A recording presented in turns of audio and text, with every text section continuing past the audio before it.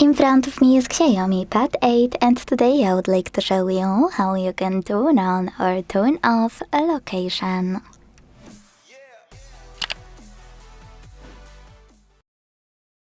All you need to do is go into settings and scroll all the way down to tap on location section available here. Then select this switcher next to use location services. And if it's grey, that means that location is off. To turn it back on, use the same one until it's blue. Thanks so much for watching. If you enjoyed this video, leave a like, comment and subscribe. Bye!